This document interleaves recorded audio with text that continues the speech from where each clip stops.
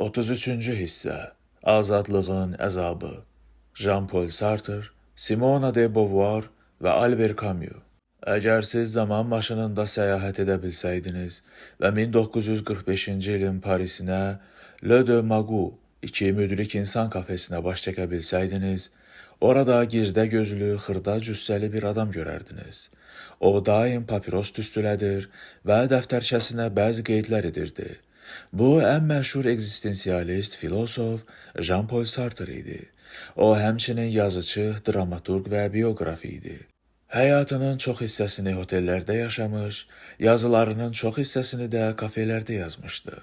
Görünüşcə heç də parlaq zəka sahibinə oxşamırdı. Lakin bir neçə ildən sonra böyük şəxsiyyət kimi parlayacaqdı. Çox zaman onun yanında yaraşıqlı və intellektual qadın kimi tanınan Simone de Beauvoir'ı görmək olardı. Onlar bir-birlərini kollec dövründən tanıyırdılar.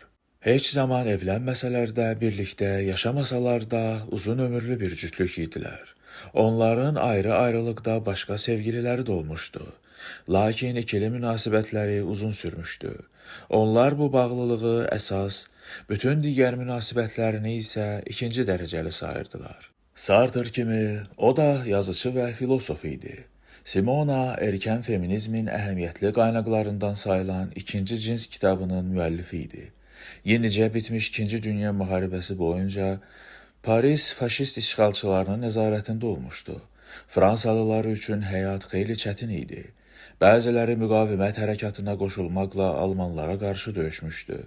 Digərləri nasistlərlə əlbir olub öz həmvətənlərini satmışdı. Şəhərdə ərzaq qıtlığı var idi. Küçələrdə döyüş gedirdi. İnsanlar yoxa çıxır və bir daha peyda olmurdular. Parisli yahudilər konsentrasiya düşərgələrinə göndərilir, əksəriyyəti elə orada da ölürdülər. Müttəfiqlər Almaniyanı məğlub etdikdən sonra yenidən həyata başlamaq zamanı gəlmişdi. Artıq müharibə bitmişdi və keçmişdə olanlar unudulmalı idi. Necə bir cəmiyyət qurmaq haqda düşünmək lazım idi. Müharibədə baş verən dəhşətlərdən sonra adətən filosofların verdikləri həyatın mənası nədir? Tanrı varmıdır? Mən başqalarının məndən umduqlarını etməliyəmmi? Kimi sualları bütün təbəqələrdən olan insanlar öz-özlərinə verirdilər. Sartre hələ müharibə illərində nəşr edilmiş Varlıq və Heçlik adlı iri həcmli və mürəkkəb bir kitab yazmışdı. Kitabın əsas mövzusu azadlıq idi. İnsanın varlığı azaddır. İşğal edilmiş Fransa öz vətənlərində məhbus həyatı yaşamaq zorunda qalmış fransızlar üçün bu qəribə bir mesaj idi. Halbuki o insanın misalı üçün cib bıçağından fərqli olaraq hansısa müəyyən bir işi görmək üçün yaradılmadığını nəzərdə tuturdu. Sartre Tanrıya inanmırdı və buna görə də Tanrının insanı hansısa bir məqsəd üçün yaratmış olması ideyasını da inkar edirdi. Cib bıçağı nə isə kəsmək üçün düzəldilir. Bu, onun təyinatı, mövcudluğunun anlamı idi. Bəs onda insanoğlu nə üçün yaradılmışdı? İnsanın dəqiq bir təyinatı yoxdur. Onun düşüncəsinə görə bizim yer üzündə yaşamamızın hər hansı səbəbi yoxdur. İnsan sayılmamız üçün edəcəyimiz nə isə dəqiq bir iş də yoxdur. İnsan nə olacağını, nə edəcəyini özü seçir. Bu seçim vaxtı biz hamımız azadıq. Həyatımızı necə yaşayacağımızı yalnız özümüz seçirik. Necə yaşamamız haqda qərarların başqaları tərəfindən verilməsinə imkan verəndə isə bu, yenə də bizim öz seçimimiz olur. Başqalarının gözlədikləri kimi bir insan olmaq seçimi də bizim özümüzdən asılıdır. Aydın məsələdir ki, qərarlaşdırdığınız heç də bütün işlərdə siz uğur qazanmaya bilərsiniz. Və bu uğursuzluğun səbəbi də sizin nəzarətinizdən tam kənarda ola bilər. Lakin bir işi görmək istəməkdə, ona cəhd etməkdə və uğursuzluğunuza necə münasibət göstərməkdə siz sərbəstsiniz. Azadlığı idarə etmək çox çətindir və biz çoxumuz bundan qaçırıq. Qaçmaq yollarından biri əslində heç də azad olmadığımızı bəhanə gətirməkdir. Əgər Sartre haqlıdırsa, biz müxtəlif bəhanələr gətirə bilirik. Lakin hər gün nə iş görməmizə, gördüyümüz iş haqda nə düşünməmizə görə məsuliyyət bütövlükdə yalnız və yalnız bizim boynumuza düşür. Hətta hiss etdiyimiz emosiyalara görə də biz özümüz cavabdehik. Əgər bu dəqiqə kədərlisinizsə, bu sizin öz seçiminizdir. Kədərli olmanız mütləq deyil. Əgər kədərlisinizsə, buna görə də özünüz cavabdehsiniz. Bu bəlkə qorxuducudur və belə bir həqiqətlə üzləşmək ağrılı olduğundan çox adam bunu danmağa çalışır və bizim azad olmağa məhkum olduğumuzu deyir. İstəsək də, istəməsək də biz bu azadlığın məngənəsindəyik. Sartre kafedəki qulluqçunu təsvir edir. Qulluqçu kafedə xüsusi əda ilə hərəkət edir. Özünü avtomat kukla kimi aparır. Bütün görünüşündən bəlli olur ki, o, özünün qulluqçu roluna tamamilə avludədir və özü üçün başqa seçim də görmür. Sinini tutması, masaların arası ilə hərəkəti, müştərilərə xidməti. Bunların hamısı bir rəqsin, qulluqçu rolunun ona diktə etdiyi rəqsin hissələridir. Sartre bu adamın pis inamda olduğunu söyləyir. Pis inam isə azadlıqdan qaçmaqdır. Bu, özünüzə etiraf elədiyiniz və demək olar ki, tam inandığınız bir yalandır. Həyatınızı nəyə sərf edəcəyinizlə bağlı seçim edərkən azad olmadığınıza dair yalandır. Halbuki xoşunuza gəlsə də, gəlməsə də siz azadsınız. Müharibədən sonra oxuduğu ekzistensializm humanizmdir mühazirəsində Sartre insan həyatını istirablarla dolu bir şey kimi təqdim etmişdi. Əgər istirab heç bəhanə gətirə bilmədiyimizi və gördüyümüz hər işə görə yalnız özümüzün cavabdeh olduğumuzu anlamamızdan irəli gəlir. Lakin Sartre-a görə mənim öz həyatımla necə davranmam digərləri üçün də müəyyən mənada bir nümunə olduğundan bu istirab daha da ağırlaşır. Əgər mən evlənirəmsə, başqalarının da evlənməli olduqlarını təbliğ edirəm. Yox, tənbəllik edirəmsə, yenə də başqalarını tənbəl olmağa səsləyirəm. Həyatımda etdiyim seçimlərlə mən insanlığın necə olmasına dair öz düşüncələrimin təsvirini yaradıram.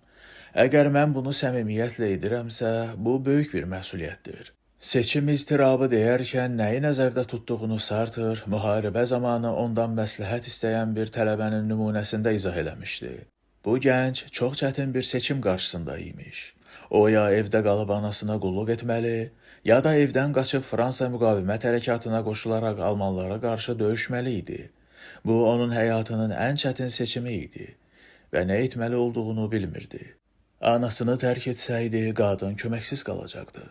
Müqavimət qüvvələrinə qoşulmağa imkan tapmazdan öncə isə o, faşistlərin əlinə keçə bilərdi və o zaman etmək istədiyi bütün yaxşılıqlar puç olub gedərdi. Evdə anasının yanında qalanda isə başqalarının onun yerinə döyüşməsinə imkan verəcəkdi. Nə etməli idi? Bəs siz nə edərdiniz? Ona nə məsləhət görərdiniz? Sartre'ın məsləhəti biraz məyus edici olmuşdu. O, tələbəyə azad olduğunu və seçimini özü istədiyi kimi etməsini demişdi. Əgər tələbəyə hansısa müəyyən bir məsləhət vermiş olsaydı da, tələbə bu məsləhətə əməl edib etməmək seçimində yenə də azad idi. İnsan olmaqdan doğan məsuliyyətdən yayınmaq üçün heç bir yol yoxdur. Ekzistensializm Sartre'ın fəlsəfəsinə verilən başqa bir adı idi. Exist tərcümədə mövcudluq deməkdir. Termin bizim öncəliklə bu dünyada mövcud olmamızı anlamamız və sonra həyatımızı nəyə həsr edəcəyimizlə bağlı seçim ideyasından doğmuşdu. Bu, tərsinə də ola bilərdi. Biz hansısa dəqiq bir missiya üçün yaradıla da bilərdik. Eynilə cib bıçağı kimi. Lakin Sartre bunun belə olmadığından əmin idi.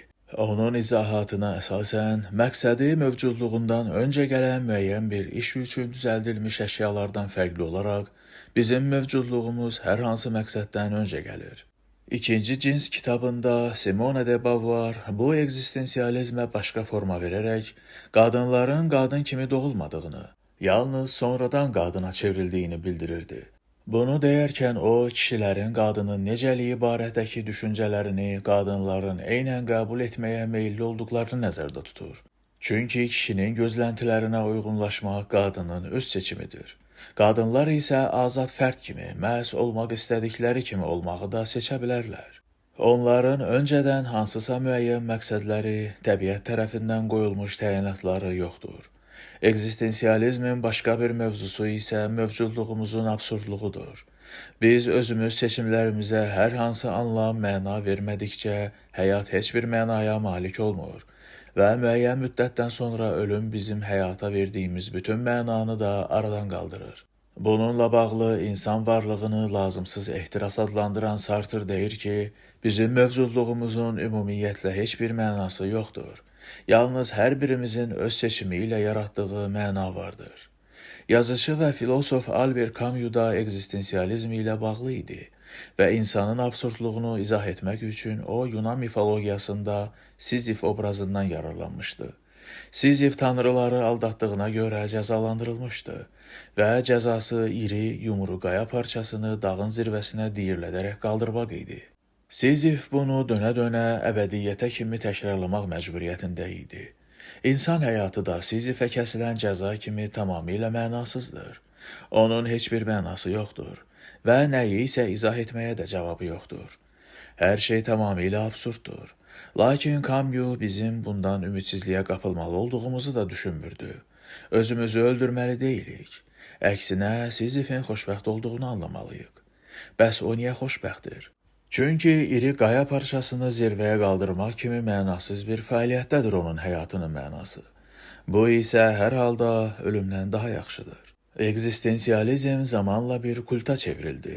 Minlərlə gənc bu fəlsəfəyə abid oldu və uzun gecələri bu mövzuda müzakirələrə sərf etməyə başladı. Bu isə həmin mövzuda romanların, tamaşaların və filmlərin yaranmasına səbəb oldu. İnsanlar bu fəlsəfə ilə yaşaya və onu öz seçimlərinə tətbiq edə bilirdilər. Sartre özü ömrünün sonlarına doğru siyasətlə məşğul olmağa başladı. Əsasən solçu oldu və öz əvvəlki ideyalarını Marksizm ideyaları ilə birləşdirməyə çalışdı ki, bu da qəliz bir iş idi. Onun 1940-cı illərdəki egzistensializmi daha çox fərdlərin özləri ilə bağlı seçim etməsinə yönəlmişdi. Lakin sonraki əsərləri bizim bir toplum olaraq necə yaşamalı olduğumuza, sosial-iqtisadi amillərin bizim həyatımızda hansı rol oynamasına dair idi. Təəssüf ki, getdikcə onun yazılarını anlamaq mürəkkəbləşirdi və güman ki, bunun səbəbi də onun amfetaminlərdən daha çox istifadə etməsi idi. Sartre güman ki, 20-ci əsrin ən məşhur filosofu idi.